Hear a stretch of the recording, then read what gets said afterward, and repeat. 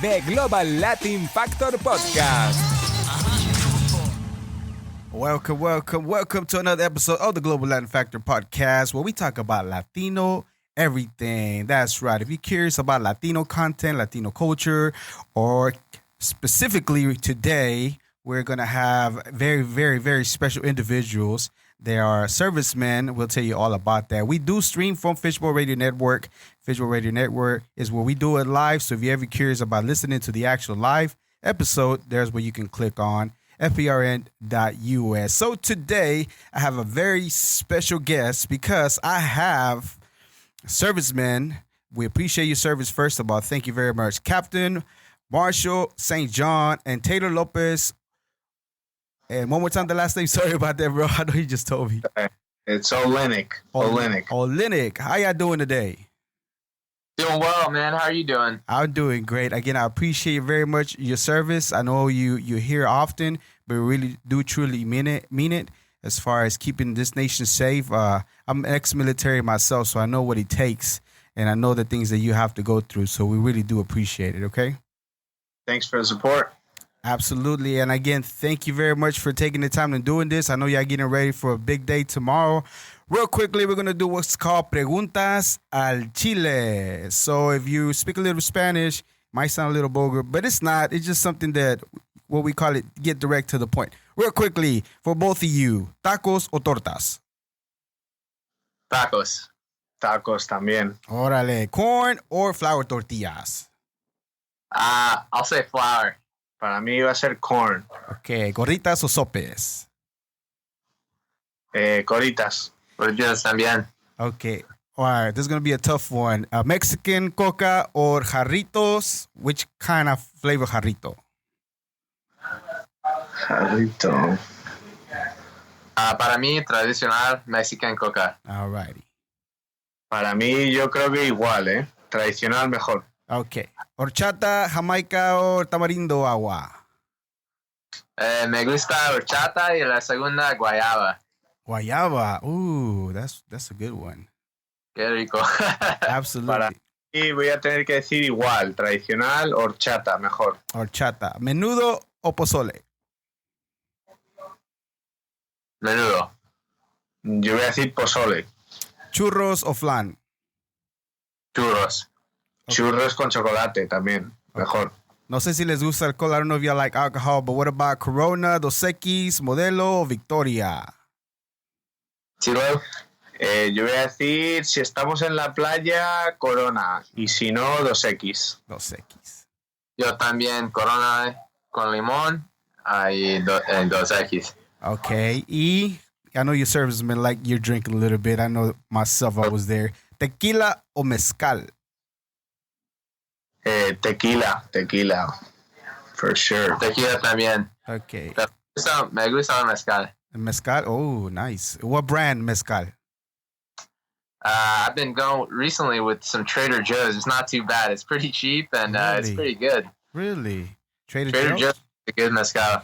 I heard a lot of good things about Trader Joe's. I haven't been able to make it there, but I definitely got to stop by and check out what they have. All right, let's move on to some candies. Mazapan o Duvalín? Do you know what any of those are? Sí, mazapán para Navidades. Para Navidades. Sí. Interesting. Me gusta marzipan. Okay. Yeah. Por lo menos en España el mazapán es para las Navidades. Okay. Y real quickly, una más. Valentina, Tapatio sauce o Cholula? Cholula, the spicy lady. She was always on our table when we went to the Air Force Academy. That was one of the condiments that was stock in our stations at the table. And Cholula's got a good place in my heart. But don't the MRE still, they don't have the Tapatio anymore? Or not Tapatio, but what's it called? The other little sauce. They used to have a little bottle of sauce. What was it called? I forgot what. I'm not sure. Yeah, I don't know. I think they stopped including them. Really? I don't think I've had in a while. Unfortunately, no, not a lot of spice in the MREs these days. But yeah, we did have Cholula. We had Cholula and green Tabasco for our hot sauces when we were at school. And for Captain Lopez, paella, what can you tell me about it? What's the best way to eat it? Who's got the best recipe? What area of Spain has the best? Paella, la mejor paella está en Valencia, que it's a zone in it's in the southeast of Spain. En Valencia, la mejor paella es la paella valenciana. La paella valenciana. And what's so special about that one? They just know, they know how to do it. It's been tradition there for way longer than anywhere else, and they got it. They got whatever they got it in there. They know how to make it. Awesome. So both of you are captains and also are pilots for a C-17 cargo airplane. Is that correct? That's correct. And yes, sir. And also, you both of you parachute. Is that right? Yes, and so that's how Taylor and I know each other. We were on the parachute team at the Air Force Academy together. We were demonstrators, so we would go around the country and jump out of airplanes. Normally, we'd dive into air shows, occasionally a football game, bringing in service flags. Sometimes it'd be the flag of whatever team that we're representing that we're playing that day. And so tomorrow, for example, we have Army Air Force playing at the Choctaw Stadium. And so you see all the jumpers carrying service flags and the Army and Air Force flags as well. But I'm ex-Army, so I know I'm not active anymore, but still, and I'm not even want to watch the game most likely. But I still have a little competitive that I wish the Army does well against Air Force. Yeah, absolutely, absolutely. We'll be standing on the Air Force side, repping some gear, so nice. See you out there. So I know you got interviewed before on television, and that's because of the things that you do. So what was that interview about, and what were the most questions that you had for that? Like, did they want to know the process to jump in, or specifically just pilot for the C-17? So my experience, and Taylor might have had a different one, but at the time I was still a student at the Air Force Academy, and my sole job there was, become an officer after the 4 years of graduation, study and get my degree. And then on the side, we were fortunate enough to have the opportunity to jump out of planes for our sport, basically, and we were able to teach that as well. And so when I did the TV interview, they were focused on that aspect of things. We were jumping into the Cactus Bowl that year, and so I was actually the narrator in my hometown of Phoenix, Arizona. And so they had a lot of questions regarding that. And then after graduation is when both of us pursued a career as a pilot. So, but at the time, it was very jump focused. I don't know if your interview was the same. Yeah, I think maybe slightly different. I think that most of the interviews, or most of the times that I've had to talk about either the Air Force Academy or about the jump team or my experiences, has been to how it kind of like process and how to get there, and what my process was in order for me to achieve these goals, and what was the process in order for me to get there. What did I have to do? What was the things that I had to do different to distinguish myself from other people, or to pursue certain things that the Air Force was willing to accept. And yeah, it was more on the process, on how I got where I got, and I'm super blessed to be in the position that I am. And yeah. Okay, so I think even when you get interviewed, a lot of the times you hope that they would ask you something specific that you might want to answer. Maybe you didn't get an opportunity to do so at that time. So I did ask earlier, Captain St. John, about the 3 questions that you wish they would have asked you at that time. So do you have one right now that you wish at that time they would have asked you, and then we can go from there? Yeah. So, we had just a few minutes really to think of these questions, and it's absolutely. Given the context of the show, it can be a little difficult, but something that always comes to mind in my community, and Tilo can attest to this as well, is what is something that keeps you going and just kind of, keeps that train chugging along. And so that's really a question that I would ask, people that are aspiring for something is, what is your drive? Because motivation comes and goes, but you gotta have something that keeps you driven and keeps that engine revved up. You know what I mean? Yeah. And so it's something, a common question is, how did you get there? Well, people are going to have varying stories, but if you have an inherent quality of drive and grit, you can accomplish anything you want. So that's something that I would like to convey to anyone that's going against a goal that might seem unattainable or, beyond their scope, is if you just keep going, don't stop moving, then that would be my answer to them, is, how you get somewhere. Okay. Is there a specific thought that you go to get that place? Sometimes, and I know where you're coming from as far as losing motivation and how you keep it going. But like, for example, for myself would be like, let's say to keep in shape. Like if I don't want to get too out of shape and not be able to keep up, then I start thinking about that, and that automatically opens my drive to like, you need to make it to the gym whether you want it or not. You see what I mean? So do you have a specific thought that you go to try to get you to push yourself forward? I do. Yeah. Growing up, my dad always said, what one man can do, another can do. And I strongly believe that. We've been around a lot of people that we think inherit, traits that maybe we can't ever have. But at the end of the day, we're all humans, so whatever a man or woman decides to put their mind to, I think they can achieve with enough hard work is kind of the mindset I take towards that. Tilo, what do you think? Yeah, I guess the question that I would have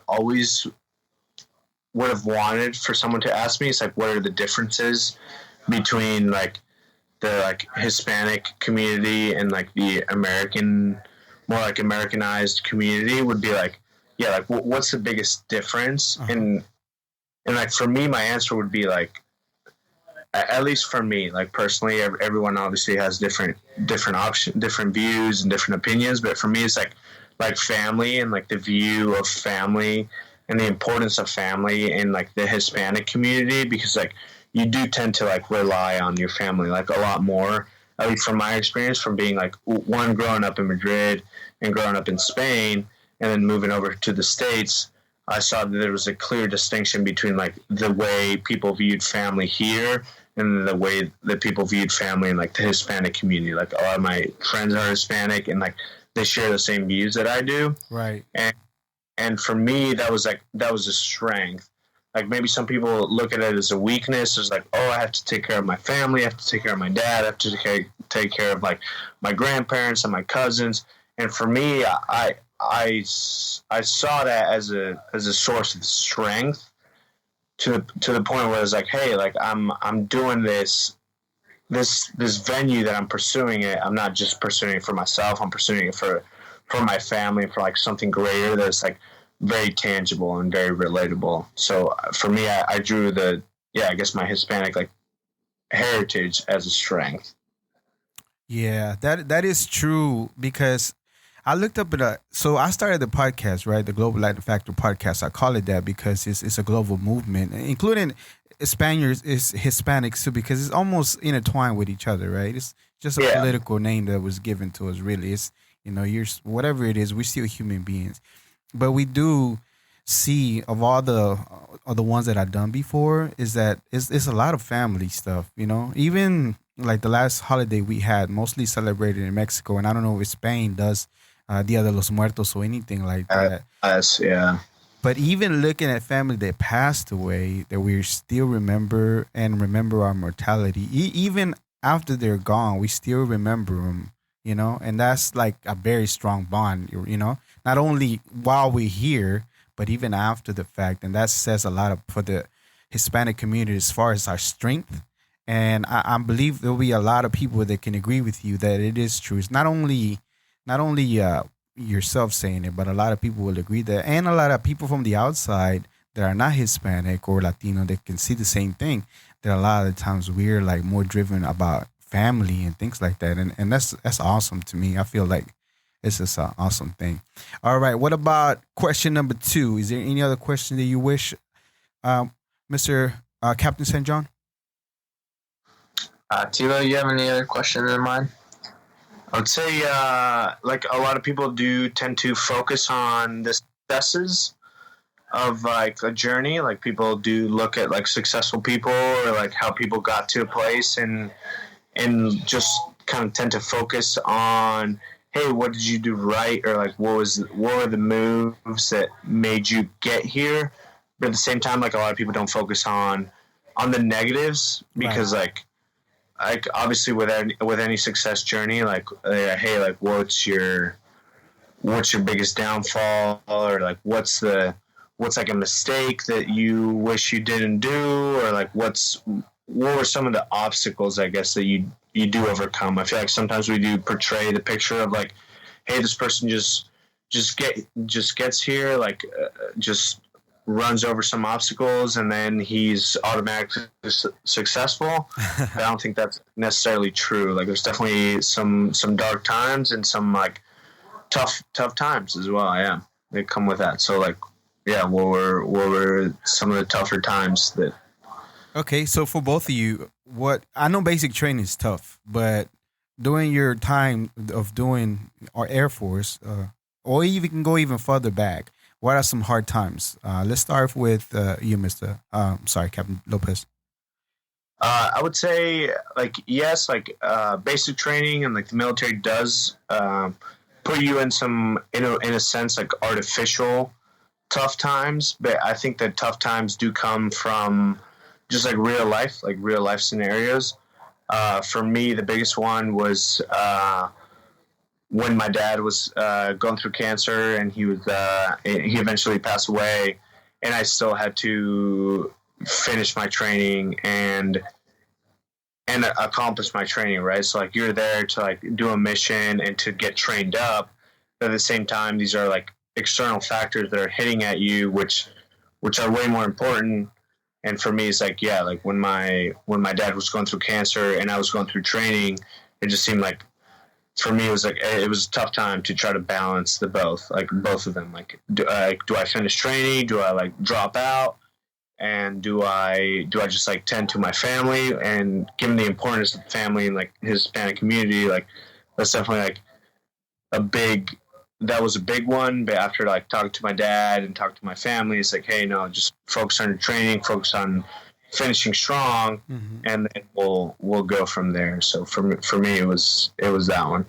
Oh my goodness, I can only imagine the pressure. First of all, I'm very sorry for your loss, and secondly, how like just going, it's tough already, basic training, because again, I don't know it's the same as far as Army and Air Force, but I know it's tough. I know it's one of the toughest parts that I've been through in my life, So having to go through that tough time, in addition to adding, like you said, the outside factors, like what was going through your mind as far as how did you push through that? Yeah, I think the same thing. Like you kind of fall back on what you know, and like at that point, like what I knew was like same thing, like your family and like your focus. Like why are you doing this? Like you're not doing this for yourself. You're doing this for, like I said, like you're just your family and those external forces that do push you forward, I think are stronger than the external forces that end up pushing you back. So for me, it would be recommendations like find something that drives you, not only like internally, but also externally. And I think you'll find yourself stronger and better as a person. Was it something that, like, as far as like being a pilot, was it something that you thought you were going to be when you were little that helped push you? I did personally, yes. I've always wanted to fly, and I've always wanted to be a pilot from a very young age. And I think that made it easier because from the get-go, it was like, yes, this is what I want to do. This is what I want to become, even from like elementary school, middle school, high school, college, you name it. I was always like driven to be a pilot and to be able to fly something, and now I'm super grateful to be in the position that I am. So you're fulfilling your American dream, the one that everybody talks about. Oh yeah, absolutely. Yeah. It does become true if you keep pushing. All right. What about Mr. Captain St. John? Yeah. So I mean, that's a tremendous thing to overcome.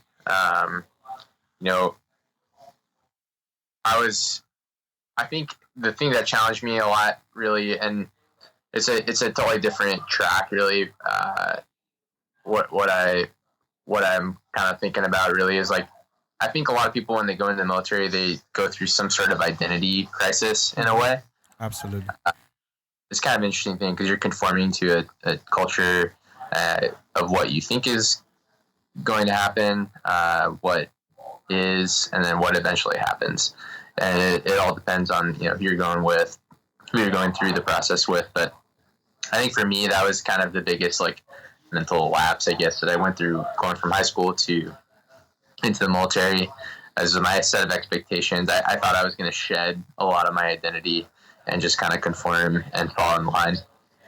And so that was an interesting process because what I found on the other side is what I joined the military for, which was the camaraderie aspect. Mm-hmm. Coming out of high school, I didn't have any answers really. I was just looking for them. But what I did know is I wanted to be in the place that I had like-minded people who were goal-driven, and so that's what drew me towards that lifestyle.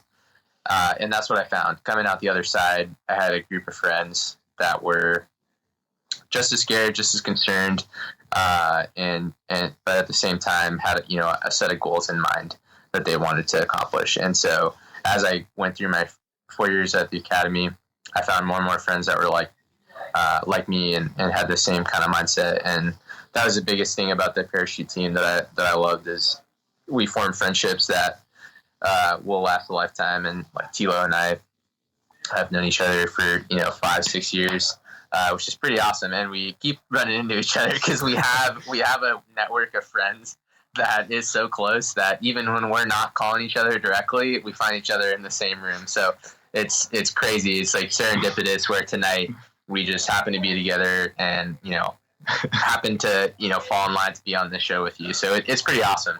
Can't get rid of them. Can't get rid of them. Yeah, I know, exactly. We can't shake each other, but it's really cool. You go through this.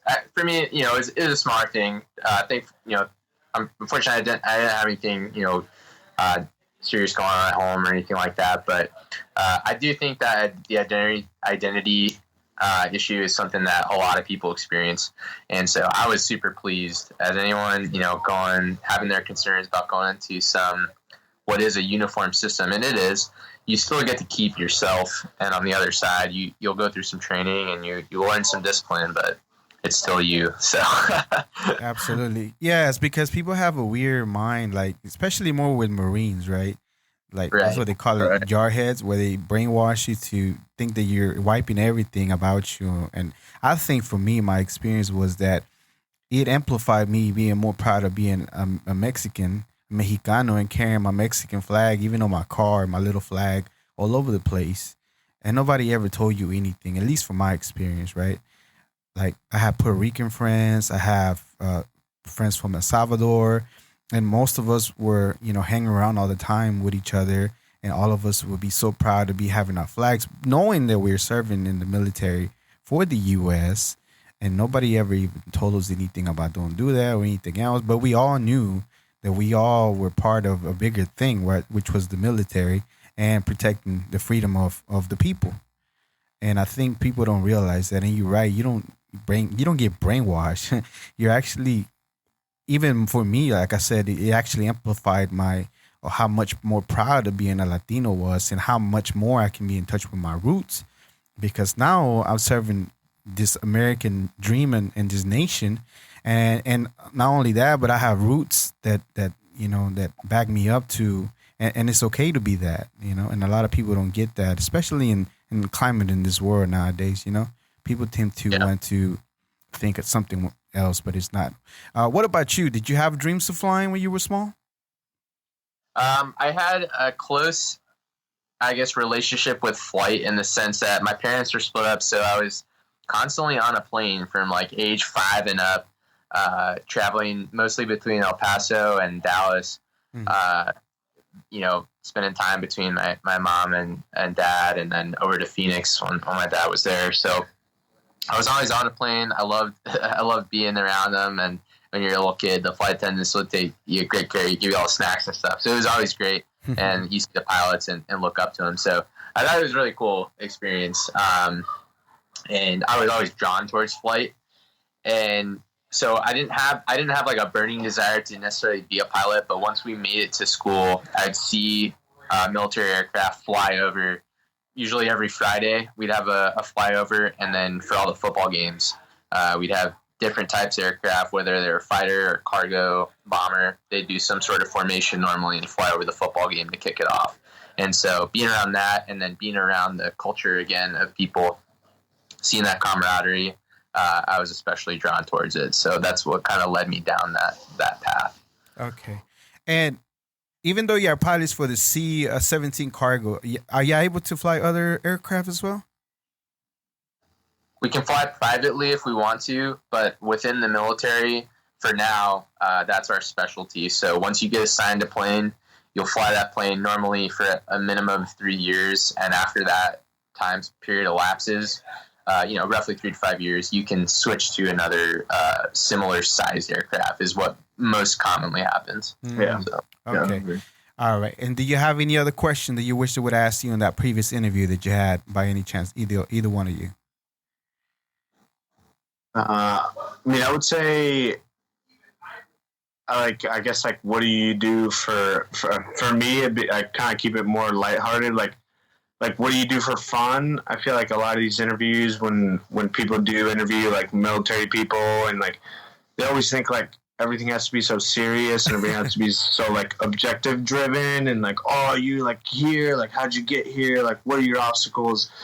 And, like, maybe some of the other questions would be like, hey, like, what do you do for fun? Like, what do you do to, like, de-stress? Or, like, what do you do on your other time off? Like, we're not necessarily like super tied to our jobs, or like, like, that's part of us for sure. But, like, what do you do for fun would be one of the questions that, Okay. I would have liked to get asked. Let me ask y'all, what do y'all enjoy to do for fun to decompress, and, just forget about everything and just keep what everybody's about mental health? Because I don't think it's a thing in the military to talk about that, because you have to be a tough individual mentally, but you do need a way to distract yourself from everything else. So what is it that you like to do for fun, both of you?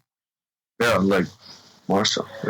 Yeah, I like to do, for me personally, I need to, like, physically decompress first. So I always like to work out.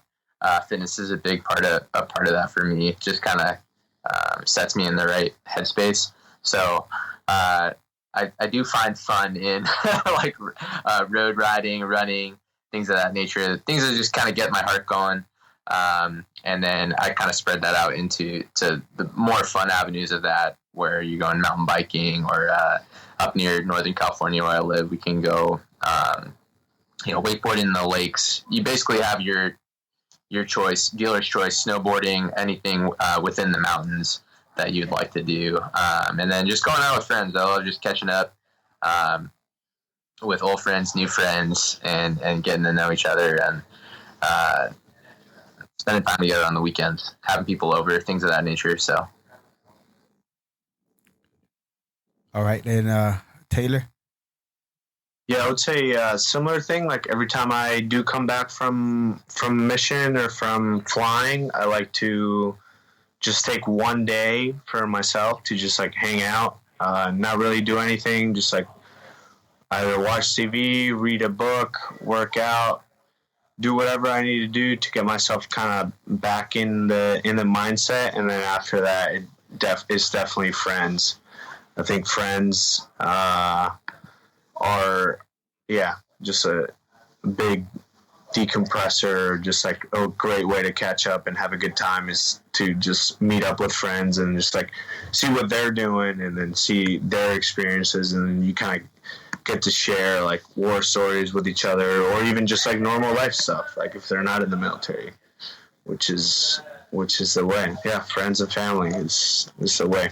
What about traveling? Because I figured if you're a pilot, you kind of sort of want to, have a like something in you that wants to explore the world. So any of y'all enjoy traveling a lot more than other? I love it. It's incredible, and we do a lot with our job, so it's kind of interesting because sometimes we were talking about this earlier. You're given a set schedule where the mission is to move X piece of cargo to said location in any continent. And so we get excited when we see these. They call them cuts, these mission cuts. This is what you're kind of chopped out for the next 5 to 10 days.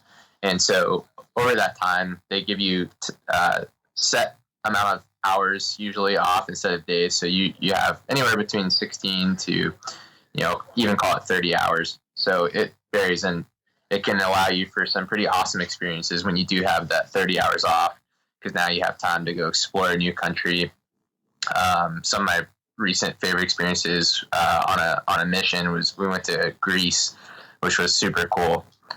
So we got to go explore that, and you take your crew out and have a good time, go explore the beaches, and then go to sleep, and you fly out the next day. So the traveling aspect of the job is incredible, and then personal travel, of course, with family and friends on the side is always welcomed as well. Yeah, I would have to agree with that. That's kind of why we signed up, or I can't speak for Marshall, but like for me, like that's the reason I chose this whole plane, is like to travel and to try new experiences. Mm-hmm. So I'm always down to go exploring, whether it be a city, food, place, people, doesn't matter. If it's new, I haven't done it before, I'm willing to try it. Okay, so I'm so jealous because I've been thinking about going to Greece for a while now, because I keep seeing pictures about all the clear beaches and stuff like that. So I'm definitely jealous because of that. So what has been your favorite? I know you said one of your favorites. Is that for Marshall, is that your most favorite spot so far? Greece? Oh, man. It's between Greece and Glasgow, Scotland. Those two places were incredible in their own ways. Greece was just, I think it was so awesome because we were there at like the perfect time of day. We showed up at like 5:00 and got this awesome like beachside dinner. Able to grab some drinks on the beach and hang out with the crew was just surreal. And the weather's perfect. The water temperature was great. So there was, I think that one does take the cake. And then Scotland was awesome because we got to spend even more time there. The jet suffered a maintenance issue on a Friday that we knew was not going to be resolved until Monday. So we were able to hang out for the whole weekend, which was pretty awesome.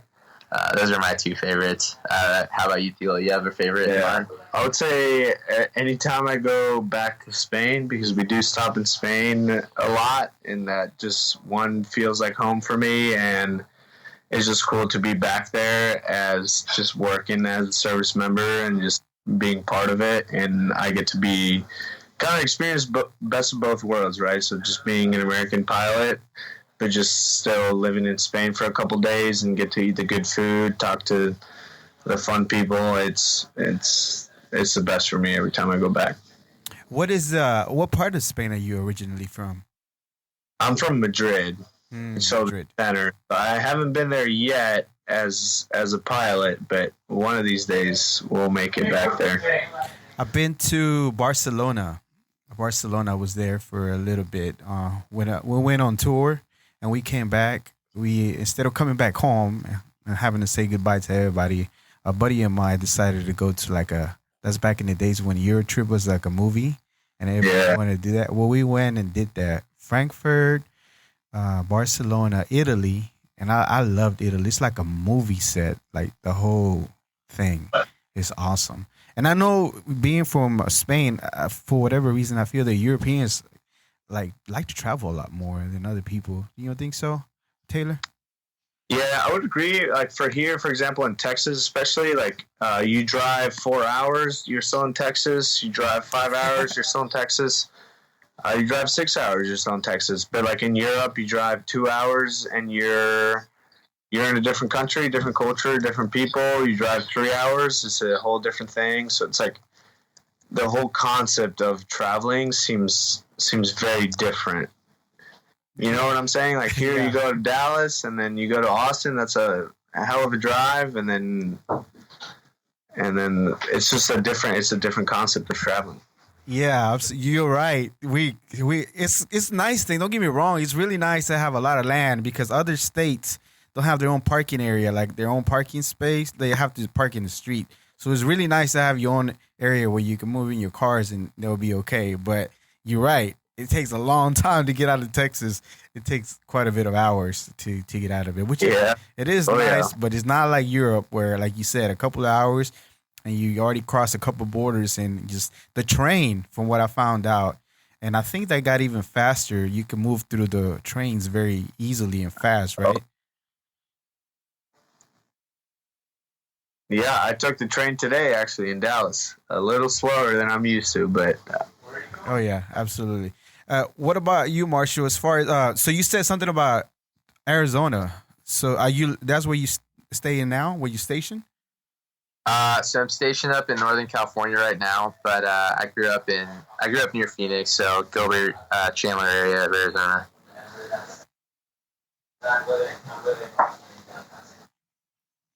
Hello, can you hear me? Hey, can you hear me okay? Yes, I can hear you. So I've been to Tucson before, and I really like Tucson.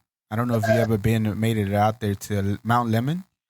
It's really nice. I've not been to Mount Lemmon. I've heard of it. It's kind of crazy because I think they get snow at Mount Lemmon, weirdly enough. Kind of a funny thing because when I went to Colorado for school, people would ask me, like, where'd you learn how to snowboard? I told them Arizona, and they wouldn't buy it. And in the state that stays like over 100 degrees for 100 days. But so up in northern Arizona and Mount Lemmon, they get snow. Awesome. So real quickly, if y'all can break it down for me, because I know we want to get something out for anybody that listened that ever thought about joining the military. So can you just briefly tell me what was your process and how long did it take? And then finally, when you're able to begin to actually flight and the parachute, how did you even become or decided to become a parachuter? So I can kind of give you the breakdown. Started looking at joining probably my sophomore year of high school, and then in the military in general, kind of explored options for college, and that led down the road of, well, I could do both. So go down either the ROTC option or go to the academy. Found the application process for the academy just through search of their website, and then started that process in the junior year. Went through all the interviews that process entailed, and eventually got in my senior year. Got notified, went through basic training, and then started basic training the summer prior to freshman year. After freshman year, we were given a chance to do an airmanship program. So we chose to do the jump program, which is an awesome opportunity where they are the only people in the world that give you the chance to jump out of a plane for the first time by yourself. Oh, wow. Which is pretty wild, really. You see, tons of places around the country you can go do a tandem skydive, but the Air Force Academy is the only one that I've ever heard of in the world where you can actually jump out the very first time by yourself and pull your own chute through the rigorous training program that we have. So we went through that, became teammates, doing demonstrations, and then instructing that same program that we went through. Going into senior year, you get now your option of selecting basically a dream sheet of your job. We put pilot first, and got selected for that. Went through a year of pilot training, and over that year, you figure out how to fly, what aspects of flying you like, and again, you get that dream sheet, places you want to go, planes you'd be interested in flying, and you get assigned to that to a location in a plane. You go through some more training, they train you for that plane, and then you end up where you are. So I'm on the West Coast at Travis, and then Tilo's over on the East Coast at Dover and Delaware.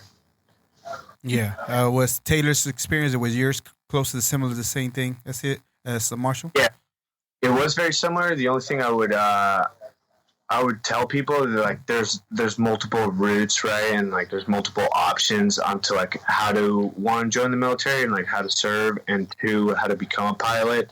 There's not just, like, a set, like, cookie cutter way of, like, oh, this is the only way. And just because both of us ended up at the Air Force Academy, Like that doesn't mean that's the only way of one, serving, and two, like becoming a pilot. There's like way more options. One, either like enlisting and then becoming an officer, or going through OTS, like officer training school, so just going to normal college and then doing the whole Air Force gig, or just even just joining the Guard Reserve and then just like kind of picking your hometown and then like serving for them, and then you don't have to play the whole moving game like, hey, where I'm going to live and like where I'm going to serve, because you're just like automatically automatically serving at that location. So there's definitely multiple options, and just because like we made it one way and we made one way work doesn't mean that that's like the right choice for every person, because every person has their own deals going on. So there's multiple ways. So if you're ever interested, I wouldn't just limit myself to just like one option, and just like take into account like all the options and then go from there. Yeah, and then we have the internet. We have our phones. There's a bunch of other things you can look into to try to, if you want to serve, you know? Information is out there. Absolutely. And so far for both of you, what's been the most satisfying part about serving? Any mission that we get to do some sort of humanitarian aspect is very rewarding. We get to do a lot of fun stuff and cool things. You know, Instagram worthy photos and things of that nature. But when you actually like help people out, it's a pretty awesome feeling, and you just kind of internalize that. And so that's been the best part of that. What about Taylor?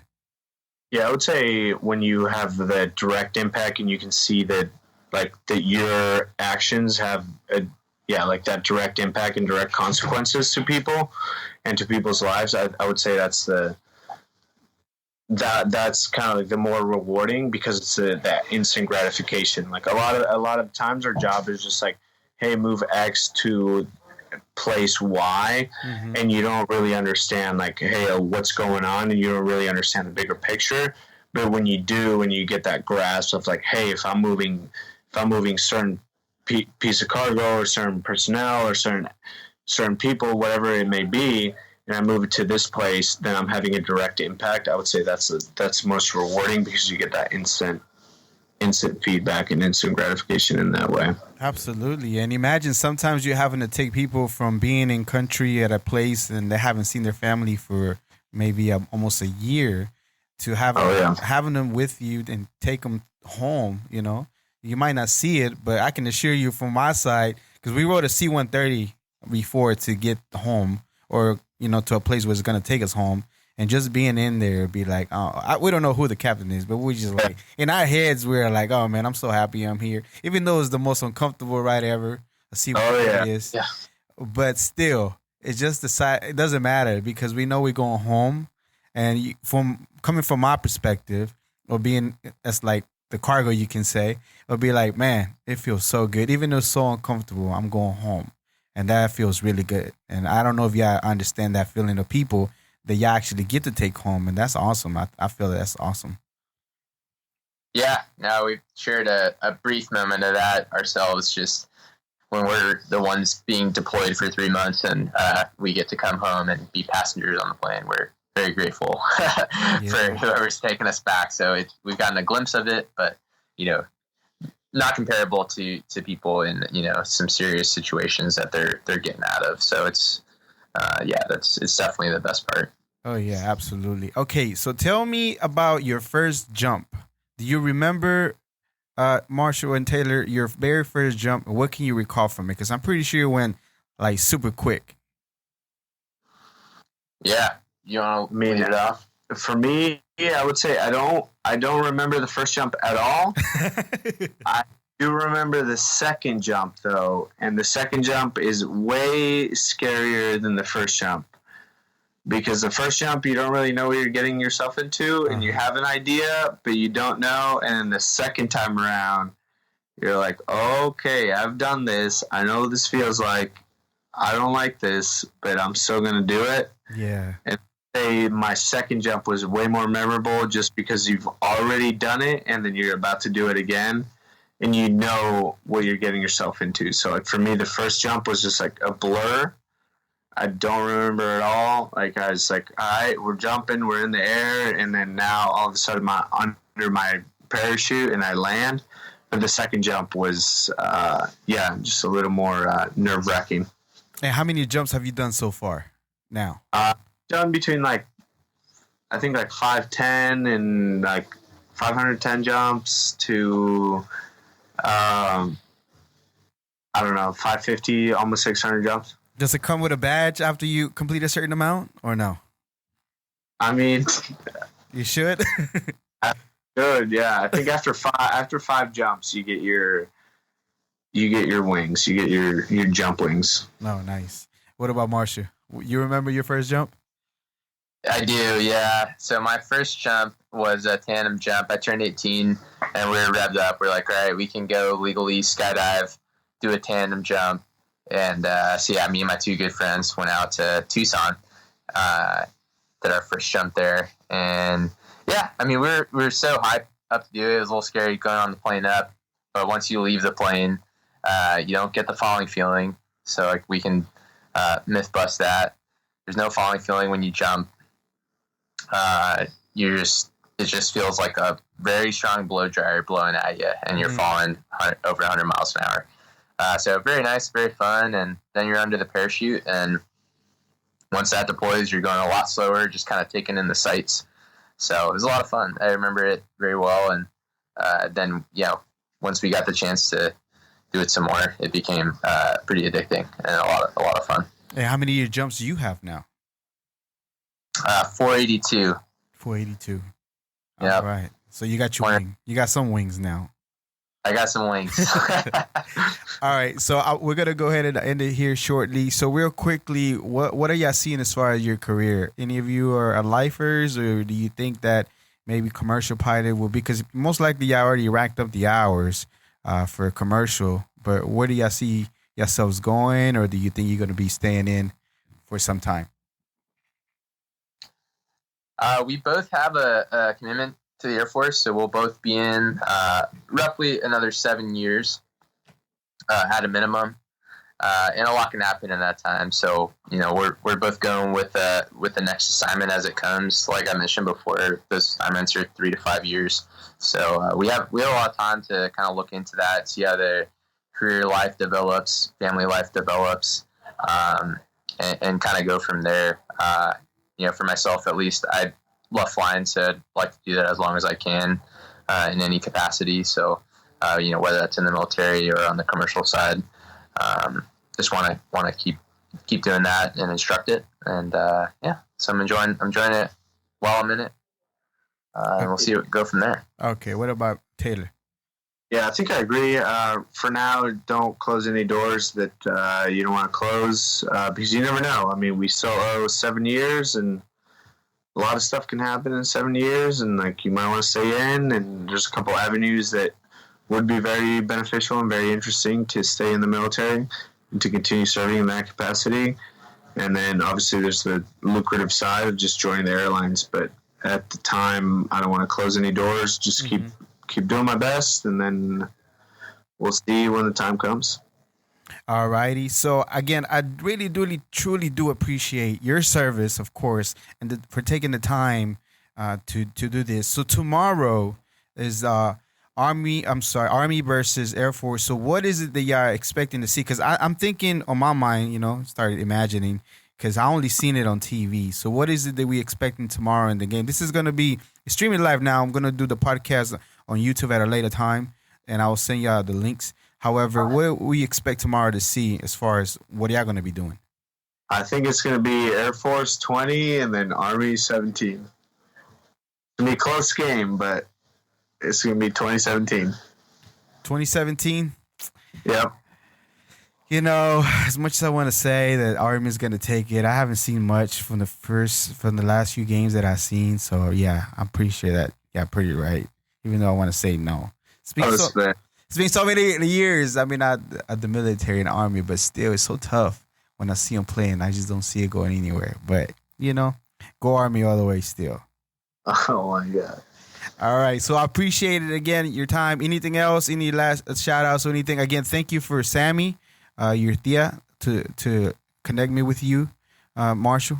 And again, I can't thank you. I know I said it a million times, but you don't understand the fact that you're a captains, both of you, right?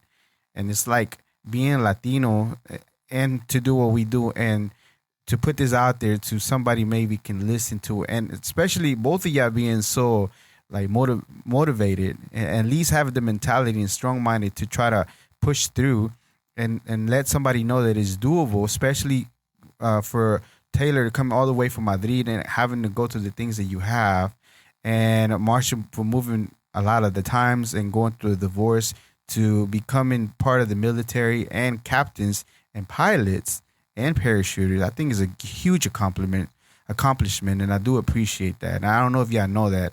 And if anybody's told you recently, I was thinking because I do a motivational moment, I'm proud of y'all for doing that. And I think y'all are an inspiration if anybody to listen to this to possibly, continue to live their dream or even take a path to joining or becoming a captain or a pilot. So thank you very much. I appreciate it. Thank you, Chris. I really appreciate it. Thanks for having us on your show, and thank you to my tia, Sammy, for the opportunity. I just showed up in Dallas like an hour and a half ago, and I met up with Taylor, and she gave me a call and said, "Hey, you wanna hop on this awesome show?" And I said, "Absolutely." So hopefully we will be able to shed some light on what we do, give people some info, and if anyone's looking down that path, feel free to contact us. My name is Marshall St. John Taylor Lopez. So look us up on Facebook, reach out, and love to spread the word. So thanks again. Yeah, thank you so much for having us on your show. It's been awesome. So I will have it on YouTube and I will have it on Spotify and all the other outlets for podcasts. As soon as I have it out, probably in a week or so or two, I'll send it out to y'all so y'all want to check it out. And again, thank you. Good luck to everything you do. Stay safe, and I appreciate you. Until next time, okay? All right, thanks, Crispin. Take care. All right, y'all have a good one. All right, you too. All righty, so this is the episode. And again, this is the Global Latin Factor podcast. And we are just like you. We are the spice in this global melting pot. And this is the world. Until next time.